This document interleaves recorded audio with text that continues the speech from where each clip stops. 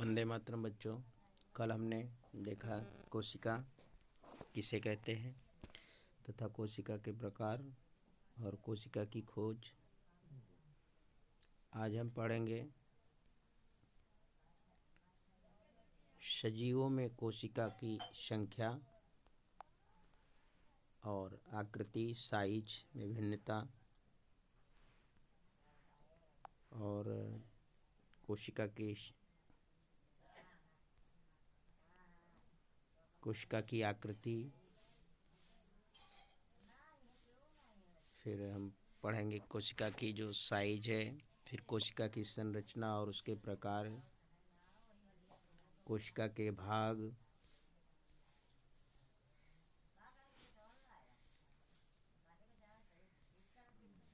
फिर हम कोशिका द्रव्य, केंद्रक,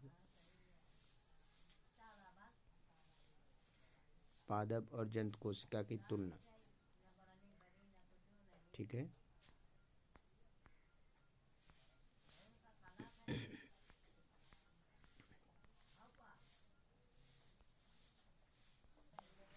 तो कुछ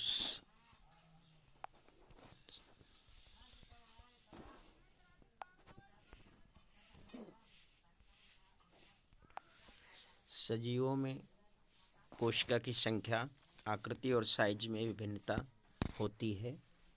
वैज्ञानिक किस प्रकार सजीव कोशिकाओं का परीक्षण और अध्ययन करते हैं? तो वैज्ञानिक लोग सूक्ष्मदर्शी का उपयोग करते हैं, जिसकी मदद से वस्तु के आवर्धित प्रतिबिंब का अध्ययन किया जाता है। कोशिका की संरचना का विस्तृत अध्ययन करने के लिए अभिरंजक का उपयोग भी किया जाता है।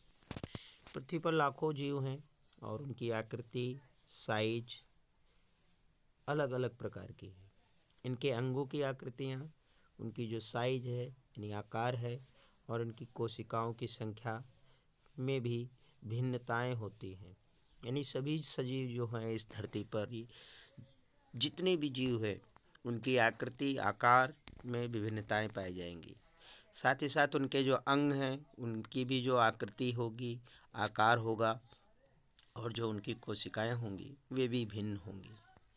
तो आइए इनमें से कुछ का अध्ययन करें।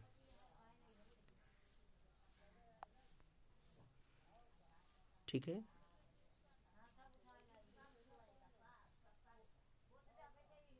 अभी आप देखेंगे कि कोशिका की संख्या, कोशिकाओं की संख्या कितनी होती है, क्या है, तो हम इसके बारे में इसमें चर्चा करेंगे।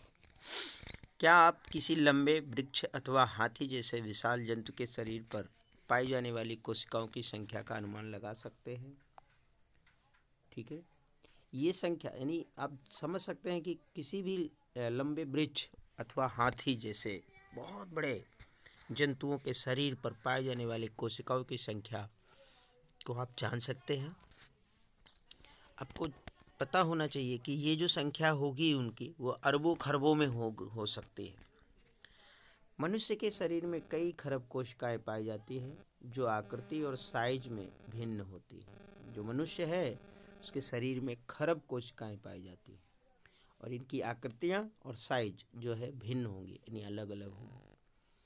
कोशिकाओं के विभिन्न समूह अनेक प्रकार के कार्य करते हैं। कोशिकाओं के जो समूह हैं वो मिलकर अनेक प्रकार के काम करते हैं। यहाँ पर एक आंकड़ा दिया गया है कि 1 अरब में 100 करोड़ होते हैं। समझ सकते हैं कि 1 अरब कितने करोड़ के बराबर होता है? 100 करोड़ के। और 1 करोड़ जो है वो 100 लाख के बराबर होता है। ठीक है।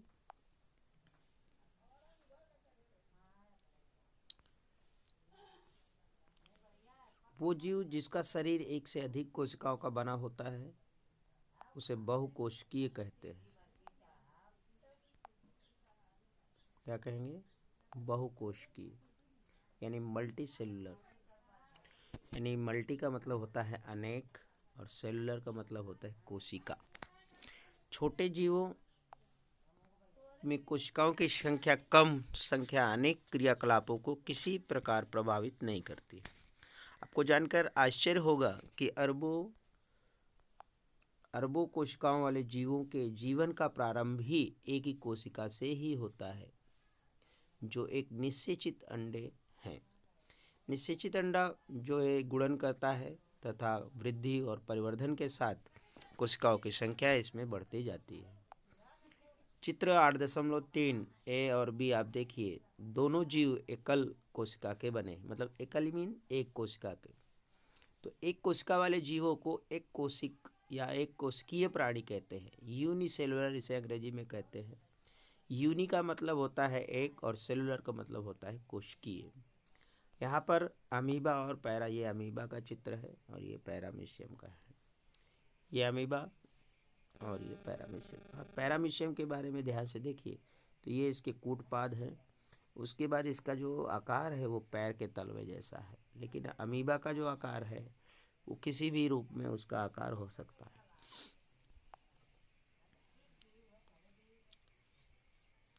एक कोशिकीय जीव भी वो सभी आवश्यक क्रियाएं करते हैं जो बहुकोशिकीय जीव द्वारा की जाती है। ठीक है, आप देखेंगे कि जो एक कोशिकीय जीव जैसे कि अमीबा है, अपने भोजन का जो अंतर्ग्रहण है उसे अपने अंदर लेता है, फिर उसे पचाता है, श्वसन करता है, उत्सर्जन करता है, वो साथ ही साथ अपनी वृद्धि और प्रजनन भी करता है। ठीक है, बहुकोशिकीय जीवों में ये सभी कार्य विशिष्ट कोशिकाओं के समूहों के द्वारा संपादित किया जाता है। कोशिकाओं का ये समूह ऊतक कहलाता है। तो यहाँ पर ऊतक किसे कहते हैं? ठीक है, तो कोशिकाओं का समूह जो मिलकर बनता है वो ऊतक कहलाता है। और विभिन्न ऊतक जब मिलते हैं तो वे अंग बनाते हैं। अंग यानी हमारे पार्ट्स, बॉडी के या किसी के भी पार्ट्स।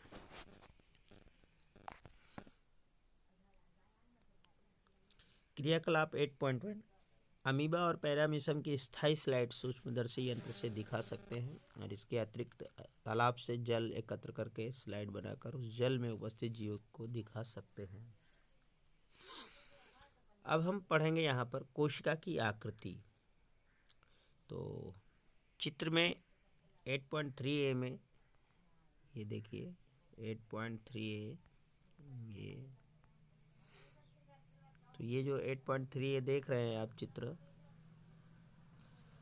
ठीक है, चित्र में दर्शाए गए अमीबा की आकृति को आप किस प्रकार परिभाषित करेंगे? आप क्या कहेंगे? तो हम अमीबा की आकृति को ये कह सकते हैं कि वास्तव में यानी इसकी जो आकृति है वो अनियमित होती है, मतलब अनिश्चित टाइप की होती है। ये किसी भी आकार में मतलब हो सकती है, इसका कोई एक फिक्स आकार नहीं होता है। वास्तव में हम अमीबा की कोई सुनिश्चित आकृति नहीं कह सकते कि इसकी यही आकृति होगी। ठीक है, और यह अपनी आकृति बदलता रहता है। इसके मुख्य शरीर से बाहर की ओर परिवर्ती लंबाई के प्रवर्ध उभरते रहते हैं, जिन्हें पादाफ कहते हैं। ठीक है, आपने पिछले पार्ट यानी कक्षा 7 में सीखा था कि ये जो प्रवर्ध है अमीबा के, वो उसे गति करने में यानी चलने में, ठीक है, और भोजन को अधिग्रहण करते समय बनते हैं और बिगड़ते रहते हैं। ठीक है, अभी जो है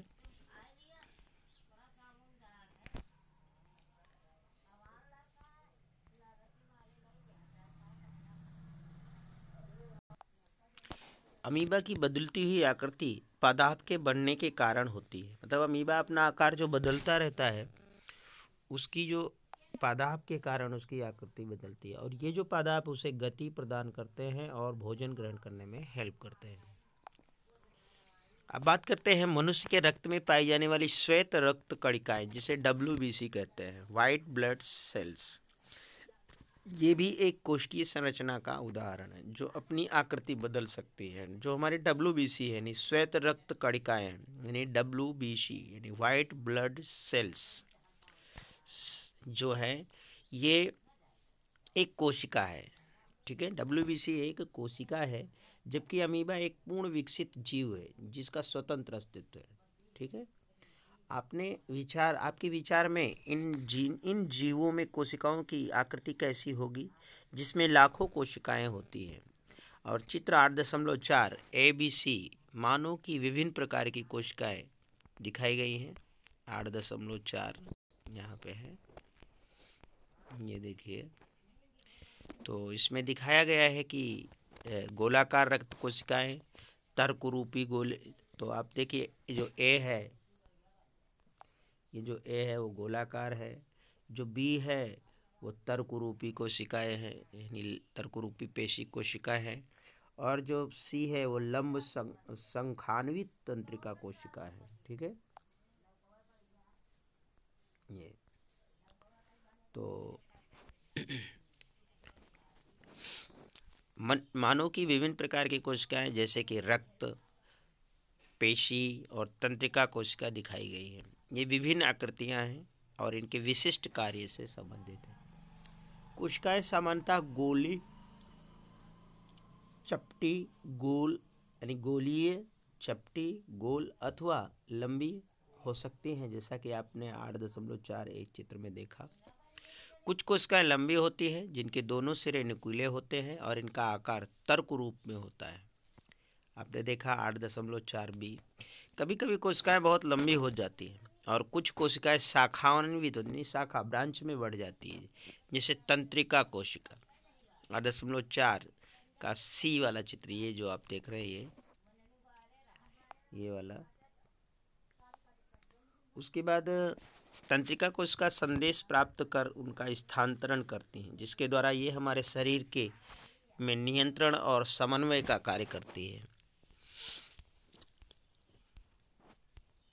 क्या आप बता सकते हैं या अनुमान लगा सकते हैं कि कोशिका का कौन सा भाग इसे आकृति प्रदान करता है?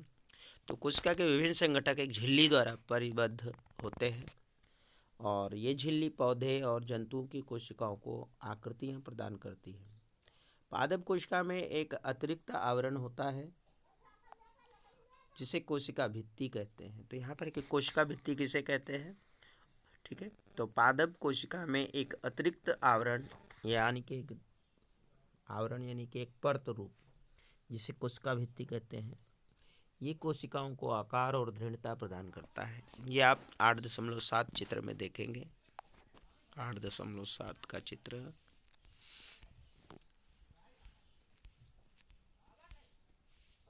ये जो है अभी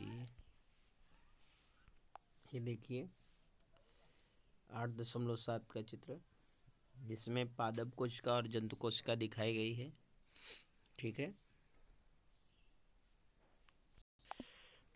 तो कोशिका भित्ति कहते हैं ये कोशिकाओं को आकार और दृढ़ता प्रदान करती है। यानी कोशिका भित्ति का कार्य क्या है?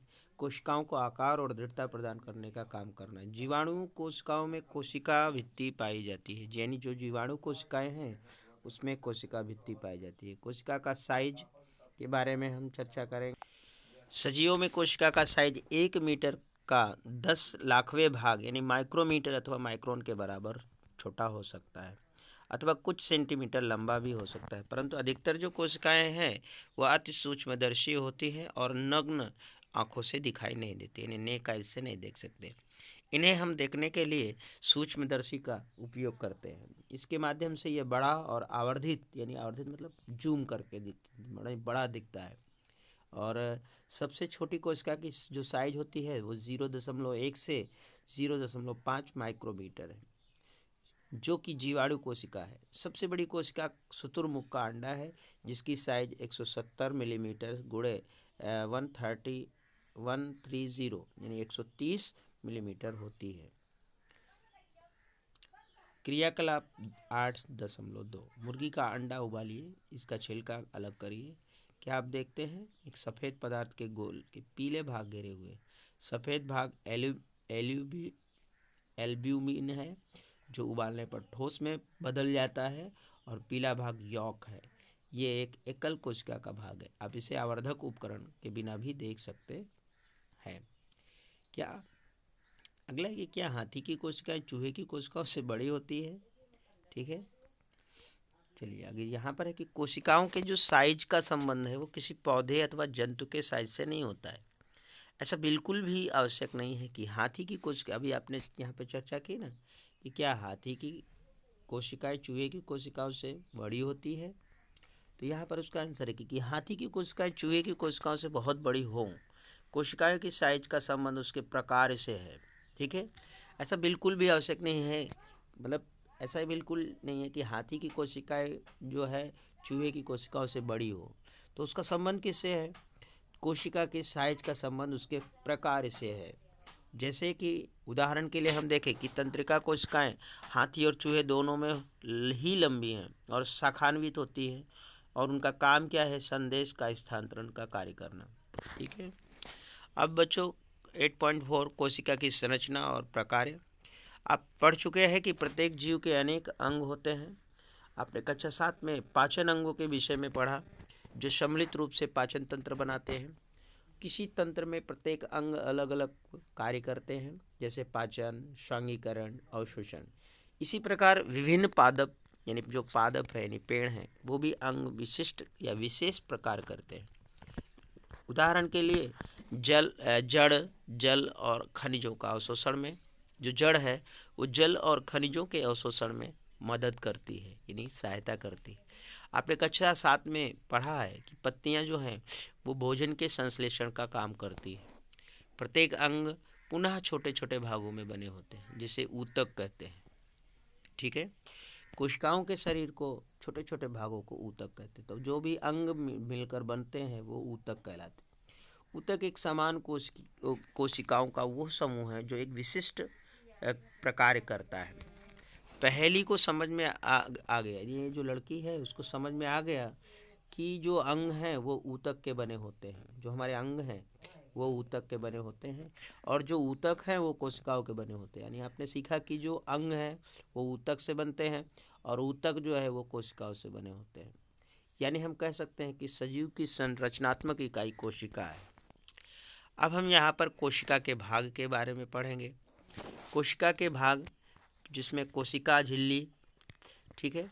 कोशिका झिल्ली, तो कोशिका के मूल घटक है कोशिका झिल्ली, कोशिका द्रव्य और केंद्रक। ये 3 प्रकार से कोशिका बटा हुआ होता है। कोशिका द्रव्य और कोशिका केंद्रक कोशिका झिल्ली के अंदर परिबद्ध होते हैं। कोशिका झिल्ली एक कोशिका को दूसरी कोशिका और घेरे हुए माध्यम से अलग करती है। यानी जो कोशिका झिल्ली है वो एक कोशिका को दूसरी कोशिका से और घेरे हुए माध्यम से अलग करती है। कोशिका झिल्ली, जिसे प्लाज्मा झिल्ली भी कहते हैं, यानी कोशिका झिल्ली का दूसरा नाम है प्लाज्मा झिल्ली। ठीक है। वो संरंध्र होती है तथा विभिन्न पदार्थों के कोशिकाओं का आवागमन का नियमन करती है। मतलब विभिन्न पदार्थ आने जाने का काम वहीं से करें, वो उस पर नियमन यानी नियंत्रण रखती है। ठीक है। 8.3 अभी क्रियाकलाप है कि किसी कोशिका के मूल संगठनों का परीक्षण करने के लिए एक प्याज लीजिए। ऊपर की सूखी गुलाबी परत को हटा दीजिए। आप इसे प्याज की सफ़ेद मांसल परत से चिमटी की सहायता से अपने हाथ द्वारा भी अलग कर सकते हैं। आप प्याज को तोड़कर भी इसकी पतली झिल्ली को अलग कर सकते हैं। प्याज की झिल्ली एक छोटा सा टुकड़ा कांच की स्लेट पर जल की बूंद डालिए। पतली झिल्ली को ब्लेड या चिमटी की सहायता से छोटे छोटे टुकड़ों में काटा जा सकता है। इस पर मिथाइलिन ब्लू की एक बूंद डालिए और इसके कवर का स्लिप रखिए। और कवर स्लिप रखते समय इस बात का ध्यान रखिएगा कि कवर स्लिप के अंदर वायु के बुलबुले ना हो। सूक्ष्मदर्शी नीचे स्लाइड का परीक्षण कीजिए और इसका आरेख बनाकर नामांकित कीजिए और इसकी तुलना चित्र 8.5 से कीजिए। अब देखेंगे प्याज की कोशिका की जो सीमा है वो कोशिका झिल्ली के द्वारा परिबद्ध होती है, जो एक दृढ़ व आवरण द्वारा आबद्ध होती है, जिसे कोशिका भित्ति के नाम से जानते हैं। ठीक है। यानी आबद्ध मतलब घिरी हुई होती है उसमें। तो कोशिका के केंद्र में घनी और गोलाकार संरचनाएं होती हैं, जिसे केंद्रक कहते हैं। केंद्रक और कोशिका झिल्ली के मध्य, ठीक है, ये प्याज की कोशिका है।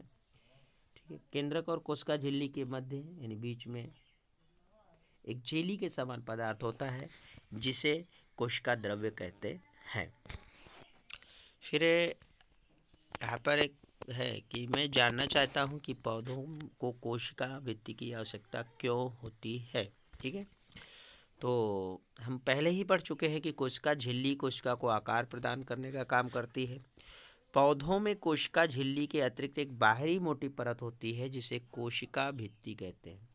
यानी जो पौधे होते हैं उसमें कोशिका झिल्ली के अलावा एक बाहर मोटी परत पाई जाती है, जिसे कोशिका भित्ति कहते हैं।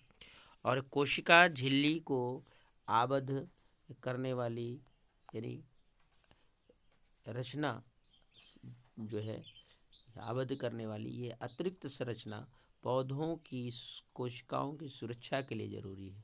तो जो आपका प्रश्न है कि भित्ति क्यों आवश्यक है, तो भित्ति इसीलिए आवश्यक है कि वो कोशिकाओं को, ठीक है, पौधों की कोशिका भित्ति क्यों आवश्यकता होती है, तो पौधों की सुरक्षा प्रदान करें, है ना, पौधों की कोशिकाओं की सुरक्षा करने के लिए इसकी कोशिका भित्ति की आवश्यकता होती है। पादप कोशिकाओं को ताप में परिवर्तन, तीव्र गति से चलने वाली वायु, वायुमंडलीय नमी इत्यादि विभिन्न परिवर्तनों से सुरक्षा की आवश्यकता होती है। ठीक है, जो पादप होते हैं उनको टेम्परेचर से बताना है, यानी ताप परिवर्तन, कभी ठंडी कभी गर्मी, कभी बरसात, उस समय तापमान से उनको बचाना। वायुमंडलीय नमी, यानी कभी सर्दी हो जाती है कभी गर्मी हो जाती है, उससे भी बचाए रखने के लिए इन विभिन्न परिवर्तनों से सुरक्षा करने की ज़रूरत होती है। और वो इन परिवर्तनों से सुरक्षा प्रदान करती है। और चूँकि कोशिका भित्ति है, इन सारे परिवर्तनों से कभी प्रभावित नहीं होती है। ठीक है, और ये जो पेड़ पौधे हैं ये चल नहीं सकते, है कि नहीं, क्योंकि जहाँ पर हैं तो वहीं रहेंगे एक जगह पर, तो इनको जो है दिक्कत होगी। तो इसके लिए जो है इन्हें हमें इन सब चीज़ों से बचाने की आवश्यकता होती है। तो कोशिकाओं का परीक्षण ट्राडेस्केंसिया, स्लोडिया अथवा रोइयो की पत्ती की झिल्ली में किया जा सकता है।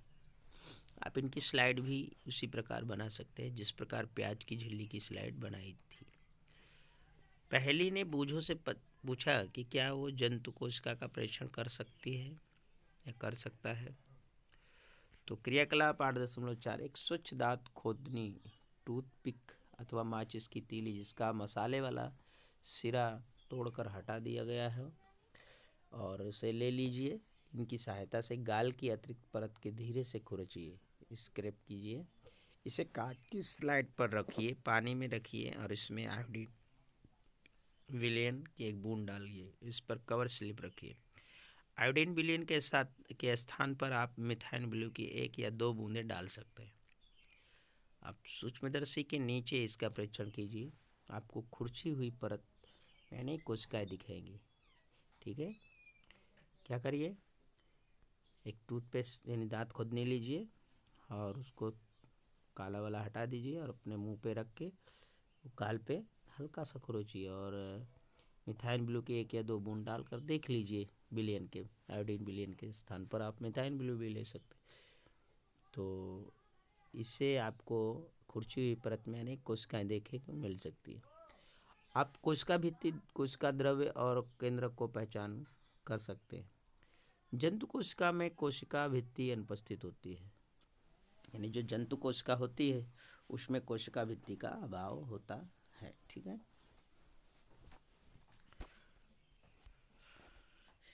यहाँ पे मनुष्य के गाल की जो अभी चर्चा हो रही थी, तो मनुष्य के गाल की कोशिका के बारे में दिखाया गया है। इसमें केंद्रक झिल्ली है, कोशिका झिल्ली है, कोशिका द्रव्य है। ठीक है, कोशिका झिल्ली ये है, कोशिका द्रव्य है, ये केंद्रक है, फिर ये केंद्रक झिल्ली है, ये कोशिका झिल्ली, मनुष्य के गाल की कोशिका है। तो हम पढ़ेंगे कोशिका द्रव्य क्या है। कोशिका द्रव्य जो है एक जेली जैसा पदार्थ है जो कोशिका झिल्ली और केंद्रक के बीच में पाया जाता है। ठीक है, क्या है, एक जेल के समान, यानी जेल समझते हैं जो पेस्ट बनाया जाता है वैसा। कोशिका के अन्य संगठक अथवा कोशिकांग यानी कोशिका के अंग कोशिका द्रव्य में ही पाए जाते हैं। तो कोशिका के अंग कौन कौन से हैं। ठीक है, तो कोशिका के अंग हैं माइटोकॉन्ड्रिया, फिर गोल्गी, राइबोसोम्स। ठीक है, बाकी और भी होते हैं जिसे आप यानी बड़ी कक्षाओं में आप पढ़ेंगे। आप इनके विषय में यानी माइटोकॉन्ड्रिया, गोल्गी बॉडी, राइबोसोम्स, ठीक है, लिपिड है, इन सब के बारे में आप अगले कक्षा में पढ़ेंगे विस्तृत रूप से। अभी इसके बारे में जानकारी इसमें नहीं दी गई है, ठीक है। अब बात करें केंद्रक की, तो केंद्रक जो होता है वो सजीव कोशिका का एक महत्वपूर्ण संगठक है। केंद्रक सामान्यतः ये गोलाकार होता है और कोशिका के मध्य भाग में स्थित होता है। आप इसे सरलतापूर्वक अभिरंजित करके सूक्ष्मदर्शी के नीचे आसानी से देख सकते हैं। तो आप इसे आसानी से सूक्ष्मदर्शी की सहायता से देख सकते हैं। केंद्रक जो होता है वो कोशिका द्रव्य से एक झिल्ली द्वारा अलग रहता है, जिसे केंद्रक झिल्ली अथवा केंद्रकावरण कहते हैं। ये झिल्ली भी संरंध्र होती है तथा कोशिका द्रव्य और केंद्रक के बीच पदार्थों के आवागमन को नियंत्रित करने का काम करती है। उच्च आवर्धन क्षमता वाले सूक्ष्मदर्शी द्वारा अगर देखेंगे तो हमें केंद्रक में एक छोटी सघन संरचनाएं दिखाई देंगी, जिसे हम केंद्रिका या न्यूक्लियस कहते हैं, न्यूक्लियोलस कहते हैं। और इसके अतिरिक्त केंद्रक में धागे के समान संरचनाएं भी होती है। ये जो धागे के समान संरचनाएं हैं इन्हें हम क्रोमोसोम या गुणसूत्र कहते हैं, और ये जीन के धारक है तथा आनुवंशिक गुणों अथवा लक्षणों को जनक से अगली पीढ़ी में स्थानांतरित करते हैं, ठीक है। तो गुणसूत्र कोशिका के विभाजन के समय ही दिखाई देते हैं। तो आपने इसमें सीखा कि आवर्धन क्षमता, उन्हीं उच्च आवर्धन क्षमता से देखने पर आपको केंद्रक में एक सघन रचना दिखाई देगी, जिसे केंद्रिका कहते हैं या न्यूक्लियोलस कहते हैं। इसके अलावा भी इसमें जो है एक धागे के समान संरचनाएं मिलेंगी, जिसे हम क्रोमोसोम्स या गुणसूत्र कहते हैं। और ये जो गुणसूत्र है वो जीन के धारक है। जीन यानी माता पिता के लक्षण, यानी जो हैं उसकी संतति में जाते हैं, यानी एक पीढ़ी से दूसरी पीढ़ी में जनक लक्षणों को। और गुणसूत्र कोशिका विभाजन के समय ही मिलते हैं। अब यहाँ पे देखेंगे कि जीन्स क्या हैं। जीन सजीव में आनुवांशिक की इकाई है। जीन एक आनुवांशिक इकाई है। ये जनक से संतति को आनुवांशिक लक्षण के स्थानांतरण का नियंत्रण करते हैं। मतलब यानी जो जीन होते हैं वो आपके माता पिता के कुछ लक्षण आपको मिलते हैं। और यदि आपके माता पिता की, जैसे कि उदाहरण लेते हैं कि आपके माता पिता की आंख भूरी है, तो संभवतः हो सकता है कि आपकी भी आंख भूरी हो। यदि आपके माता जी की बाल घुंघराले हैं तो हो सकता है कि आपके भी बाल घुंघराले हों। परंतु जनक प्राप्त विभिन्न जीन के संयुक्त होने के परिणाम लक्षण भिन्न भी हो सकते हैं। मतलब जरूरी नहीं कि हो सकते, कभी कभी देखा गया है कि जो माता पिता हैं उनके गुण उनमें मिलते हैं। या आपके परिवार में देखिए आपकी शक्ल या आपके बाल, आँखें या कुछ भी ऐसे लक्षण होंगे जो आपके माता पिता के जैसे मिलते होंगे, या आपके मामा मामी या नाना नानी के हिसाब से होंगे, मतलब उनकी तरह आप दिखते होंगे, हो सकता है। तो यही है जीन्स, जो एक आनुवांशिक लक्षण है जो एक संतति से यानी माता पिता के द्वारा उसकी संतान में जाते हैं, जिससे उसकी संतान की जो है उस टाइप के दिखते हैं। कभी कभी आपने देखा होगा कि लोग कहते हैं अरे ये तो अपने भाई पे पड़ा है, ये अपने मामा पे पड़ा है, ये अपने दादा पे गया है। ऐसा जब बच्चा जन्म लेता है तो बोलते हैं ना किसको पड़ा है। तो यही है जीन्स की आनुवांशिक लक्षण, वो जो है उनके माता पिता के लक्षण है ना, उसकी संतति में आए। तो ये है आनुवांशिक। तो वंशानुगत अथवा आनुवांशिक गुणों के अतिरिक्त केंद्रक कोशिका के क्रियाकलापों का भी नियंत्रण करता है। जो सजीव कोशिका के समग्र संगठक को जीव द्रव्य, यानी सजीव कोशिका के सारे जो संगठक होते हैं उनको जीव द्रव्य यानी प्रोटोप्लाज्म के नाम से जाना जाता है। इनमें कोशिका द्रव्य और केंद्रक द्रव्य दोनों सम्मिलित होते हैं। यानी जो जीव द्रव्य है यानी प्रोटोप्लाज्म है, इसमें कोशिका द्रव्य और केंद्रिका द्रव्य दोनों पाए जाते हैं। जीव द्रव्य कोशिका का जीवित पदार्थ कहलाता है। पहले के मन में एक प्रश्न है कि वो जानना चाहती है कि क्या पौधे, जंतु, जीवाणु की कोशिका में केंद्रक की संरचना एक समान होती है। तो उसके प्रश्न का जवाब है कि जीवाणु कोशिका का केंद्रक बहुकोशिकीय जीवों के केंद्रक के समान सुसंगठित नहीं होता है, ठीक है। और इसमें केंद्रक झिल्ली की भी अनुपस्थित होती है। जो ऐसी कोशिकाएं हैं जिनमें अनेक केंद्रक पदार्थ केंद्रक झिल्ली के बिना होते हैं, प्रोकैरियोटिक कोशिका कहलाते हैं।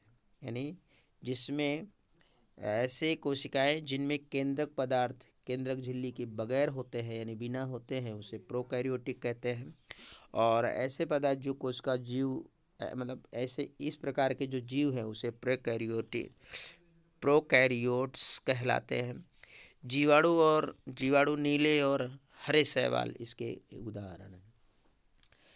प्याज की कोशिका की झिल्ली और गाल की कोशिका जब हम देखते हैं, ये झिल्ली युक्त सुसंगठित इसमें केंद्रक पाया जाता है और इसे हम यूकैरियोटिक कोशिका कहते हैं। ऐसी कोशिकाओं वाले जीव यूकैरियोट्स कहलाते हैं। यूकैरियोट्स कहलाते हैं। ठीक है। अब हमारा है कि प्याज की झिल्ली की कोशिकाओं का अगर हम परीक्षण करें यानी उसका ऑब्जर्व करते हैं तो उस समय क्या आपने कोशिका द्रव्य के बीच खाली अथवा दिखने वाले संरचनाओं पर ध्यान दिया? तो जो इसके बीच में खाली दिखा जो है उसे हम रिक्तिका कहते हैं। ये जो रिक्तिका है मात्र एक बड़ी हो सकती है, जैसे कि प्याज की झिल्ली की कोशिका में दिखाई देती है। गाल की कोशिका में अनेक छोटी छोटी रचनाएं रिक्तिकाएं होती हैं और बड़ी रिक्तिकाएं आमतौर पर पौधों की कोशिकाओं में पाई जाती है। जंतुओं में ये रिक्तिकाएं बहुत छोटी होती है। ट्राडेक्सकेंसिया पत्ती की कोशिकाओं में आपने अनेक छोटी रंगीन संरचनाएं देखी होंगी। वे पत्ती की कोशिकाओं के कोशिका द्रव में छितरी रहती हैं, जिसे हम प्लास्टिड कहते हैं। ठीक है।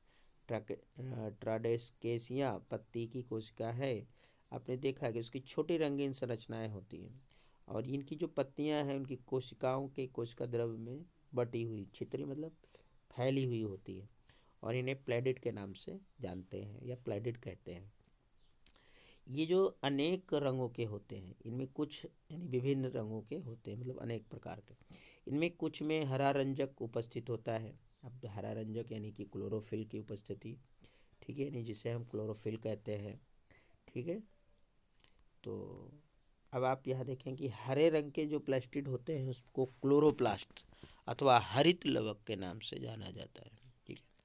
और वे पत्तियों को हरा रंग प्रदान करते हैं। यानी जो पत्तियाँ हैं पेड़ पौधों की जो पत्तियाँ वे हरे रंग की क्यों होती है? तो यही वजह है कि हरे रंग के प्लास्टिड को क्लोरोप्लास्ट अथवा हरित लवक में बदलते हैं और ये जो हैं ये पत्तियों को हरा रंग देते हैं।